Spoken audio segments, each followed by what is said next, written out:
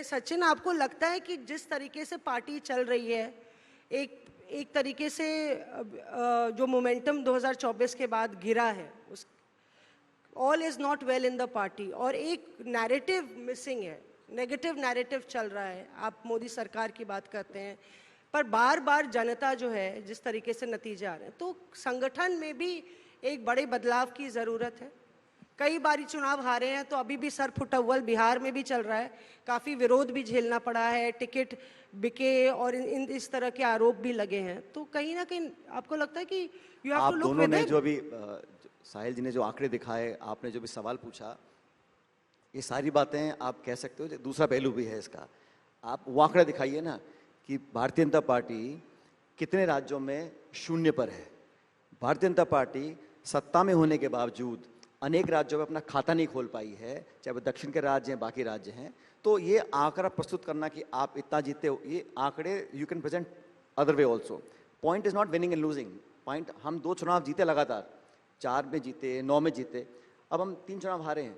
लेकिन भविष्य में क्या होगा कोई नहीं जानता। लेकिन एक सक्रिय, पॉजिटिव, स्ट्रॉन्ग विपक्ष उतना ही महत्वपूर्ण है जितना एक सरकार महत्वपूर्ण है। तो आप लेकिन मैं कहना चाहता हूं, खुद को मजबूत तो कीजिए। आप लोग मजा लेना चाहते हो बोल के कि तुम हारे, क्यों हारे, हारते रहते हो, हार जाओगे। मैं बताना चाहता हूं आपको, चाहे 100 बार हार जाएं, लेकिन इस देश के जो फंडामेंटल हैं, हमें क्या मजा आएगा। आप मजा ले रहे हो, मैं जानता हूं आप लोगों को।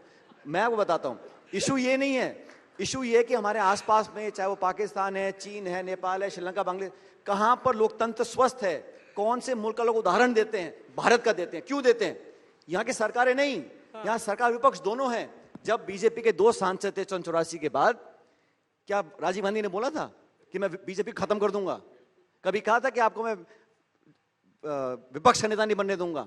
वाजपेयी जी का उन्होंने ऑपरेशन कराया विदेश में जाकर, विपक्ष को सम्मान दिया, और सम्मान देने से मिलता है, संख्या के बल पर, ताकत के बल पर लोकतंत्र नहीं चलता। एक मिनट मेरी बात सुन लो। आप फिर उधर की बात कर रहे हैं। अरे भाई, मैं बताना चाहता हूँ, विपक्ष आपने कहा हारे, चुनाव हार गए। मैं को कोई ग्रह नहीं मानने के लिए, हम सबने काम किया, हमारी कमियां नहीं होंगी, मैं मानने को स्वीकार करता हूँ इस बात को। हमारे में तभी तो हारे हैं।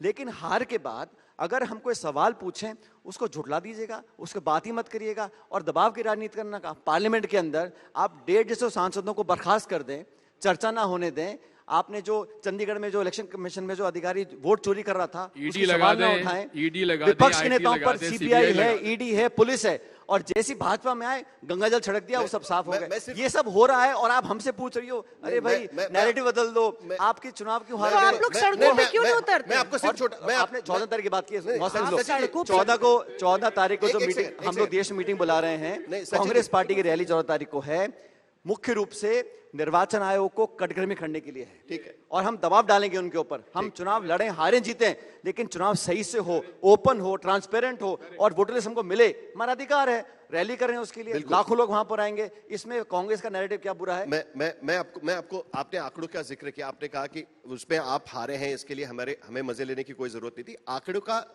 अगर अर्थ आप समझे तो आपको एक बात समझ में आएगी कि कांग्रेस का वोट शेयर 2009 के बाद जो घटा है वो बढ़ नहीं रहा है, नंबर 1। नंबर 2, बीजेपी के खिलाफ आपकी जहां जहां पर सीधी लड़ाई होती है, वहां पर कहीं ना कहीं कांग्रेस पार्टी कमजोर पड़ जाती है। तो कहीं ना कहीं आइडियोलॉजिकल लड़ाई में बीजेपी आपको बीट कर रही है। अगर हम कहें जोशी जी जो चुनाव हारता है ना, उसको उससे ज्यादा पीड़ा किसी को नहीं होती है। बिल्कुल। तो आप मुझे जो बता रहे हैं, मैं अच्छी तरह जानता हूं। हाँ। और मैं जानता हूं हमारे को हारने के बाद कितना पीड़ा होती है। आइडियोलॉजिकल लड़ाई हार रहे हैं बीजेपी के साथ। अरे आप सुनो, आप बार बार कोशिश कर रहे हैं ये बताने के लिए कि आप हार रहे हैं, आप हार गए हो, आप हारते रहोगे। माफ कीजिएगा, हम अगला चुनाव जीतेंगे, लड़कर जीतेंगे। आप कितनी कोशिश कर लो, लेकिन ये विपक्ष को आप बिल्कुल खत्म कर उसको न्यूट्रलाइज कर लगता है कि हम कोशिश कर रहे हैं। अरे आप देख लो, आप आंकड़े दिखाओ ना। मैंने कहा आपको, आप देखो सिंह, एक मिनट, आपने ये दिखाइए कि बीजेपी ने कितने चुनाव लड़े केरला में, तमिलनाडु में, तेलंगाना में, शून्य पर आए। दिखाओ यहाँ पर, आप नहीं दिखाओगे। आप कांग्रेस का ये हो गया, आज भी नेहरू जी ने ये किया। अरे भाई, आपने 11 साल में क्या किया? नेहरू जी का समय निकल गया ना।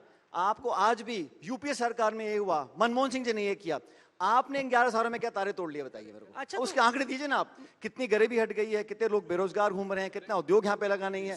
आपने पूरे देश में प्रचार किया, पूरे देश में, उसका जवाब मांगे हम लोग तो आप बोलते हो नहीं नहीं, आपका नैरेटिव ठीक नहीं है, आपका कार्यकर्ता कमजोर है, आप चुनाव हार गए हो। कुछ तो होने आपका वाला नहीं है। कार्यकर्ता स्ट्रांग है, आपका नैरेटिव बिल्कुल strong है, और बिल्कुल आपका strong आपके है। सारे मुद्दे सही है, सिर्फ जनता उसको भैया, एक्सेप्ट नहीं भैया, करेगी। एक मिनट भैया, एक बात सुनो। आप जरा देश के आंकड़े देख लीजिए। विचारधारा की जो बात है, संघ की विचारधारा तो केवल भाजपा रिप्रेजेंट करती है ना, इसके अलावा कोई दूसरी पार्टी है संघ की जो विचारधारा मानती हो? नहीं मानती। एंटी संघ की विचारधारा की पार्टियों का परसेंटेज आपने देखा है कभी कितना है? मेजॉरिटी इन दिस कंट्री में आज भी संघ की विचारधारा के खिलाफ जितना वोट पड़ता है उतना भाजपा को वोट नहीं पड़ता। चलिए मैं आगे बढ़ जाती हूँ क्योंकि हम लोग संघ और संगठन चर्चा ही कर रहे हैं। एक उदाहरण राजस्थान का ही ले लेते हैं। मतलब राजस्थान में पिछली बार जो विधानसभा चुनाव हुए उसके बाद मेरा सवाल यही है दिग्विजय जी कि कहा जाता है कि लगातार Sachin has been a CM in waiting. उस वक्त भारत जोड़ो यात्रा के दौर में भी बड़ी चर्चा चली थी सचिन पायलट साहब को लेके कि आपको लगता है कि ये राजस्थान में कमान कहीं ना कहीं सचिन, हम लोग चर्चा कर रहे थे कि बहुत पॉपुलर नेता हैं और उनको कमान देनी चाहिए, आपके परम मित्र भी वहाँ पे हैं जिनसे आपकी बहुत अच्छी बातचीत भी है, तो कहीं ना कहीं मामला आगे भी बढ़ना चाहिए ना। संगठन को आप कैसे मजबूत करेंगे? राज्यों में मजबूत करेंगे ना। मैं तो हमेशा मजे लेने वाला सवाल है। मैं तो हमेशा से युवाओं को आगे आने का अवसर देने के पक्ष में रहा हूँ, क्योंकि राजीव गांधी जी ने, मैं केवल 38 साल का था तब मुझे मध्य प्रदेश जैसे प्रांत में जहाँ स्टॉलवर्ड्स थे, डॉक्टर शंकर दयाल शर्मा, प्रकाश चंद्र सेठी, श्यामाचरण शुक्ला, विद्याचरण शुक्ला जी, अर्जुन सिंह जी, कमलनाथ जी, मोतीलाल वोरा, माधवराव सिंधिया जी, कमलनाथ जी आपसे मुझसे सीनियर, आप अर्जुन सिंह और उनकी इसमें लेके जा रहे है ना, सीनियर थे मेरे से। तो वो सब लोगों के, मैं 38 साल का था तब मुझे मौका मिला। सचिन भी जब प्रदेश कांग्रेस कमेटी के अध्यक्ष बना, क्या उम्र थी तुम्हारी सचिन? 33।